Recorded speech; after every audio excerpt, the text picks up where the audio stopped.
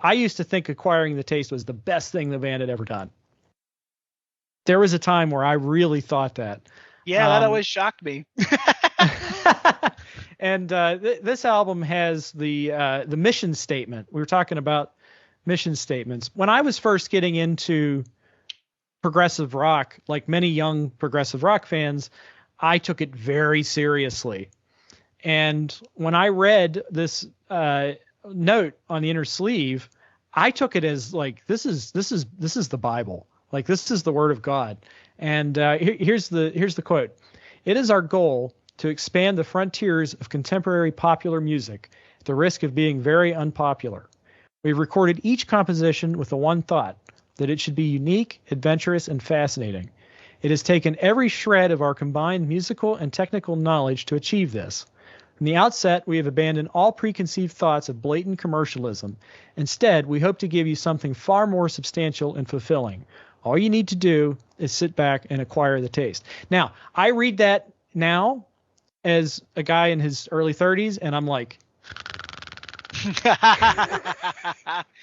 it's like, this is pretentious nonsense. But as a 16, 17-year-old music nerd, who that was my whole personality, was that I was music guy. This was everything. And this was the standard which I judged all Gentle Giant records against. Now I read the liner notes for 3-Piece Suite, and the whole thing was a joke. it was all about kissing the management's ass and how they didn't want to do that to get ahead. Maybe I'll get demonetized, but oops. But that was the whole concept. But anyway, here's my critical appraisal of this album now, and that's that it is experimental, it is far-reaching, but it doesn't always work.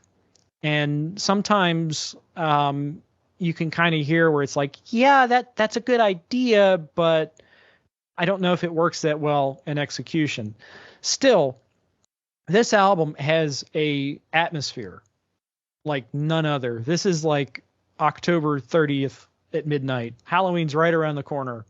Leaves on the ground. And I think I originally heard it in the fall too. So it's like that even just cements that further. My favorite tracks from Acquiring the Taste are Pantagruel's Nativity, The House is Street in the Room, The Moon is Down, and Black Cat. I think nothing comes close to those. So here's the inner sleeve. And if you don't have the album pulled out, here's what it looks like. Acquiring the Taste, mayhaps. It's really one of the weirdest and funniest album covers. They really went in for this one. Honestly, my critical appraisal of this album is the same as yours, Ian. For me, it's also a major fall album. Like, I really love this thing in the fall. I think I also heard it for the first time in the fall, but it just has that sound. It has like it's not the clearest production, but it's very warm and inviting, and like it really sounds like it's like 5 o'clock in like the middle of October, early November. The leaves have all changed. The sun is setting. You're hearing the moon is down, and the moon is coming up. It's great. It's beautiful sound. I have a soft spot for this album for sure. It's not their best album though, which is hence why it's down in the back half. Like Plain Truth, I don't think works really at all. That's probably the one weakest song on this album. Wreck is just okay.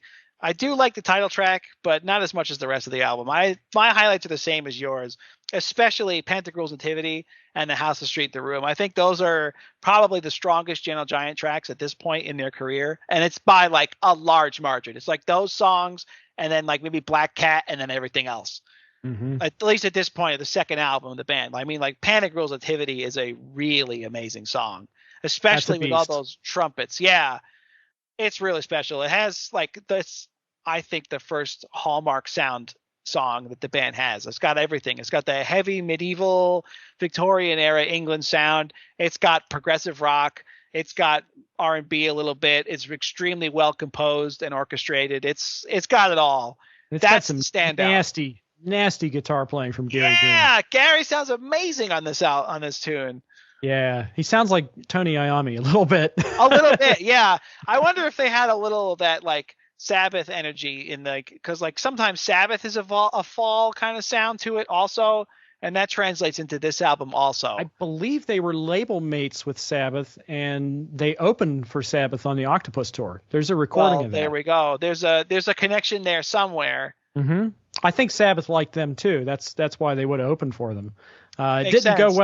go well with the fans of the band. That was a famously that's unfortunate.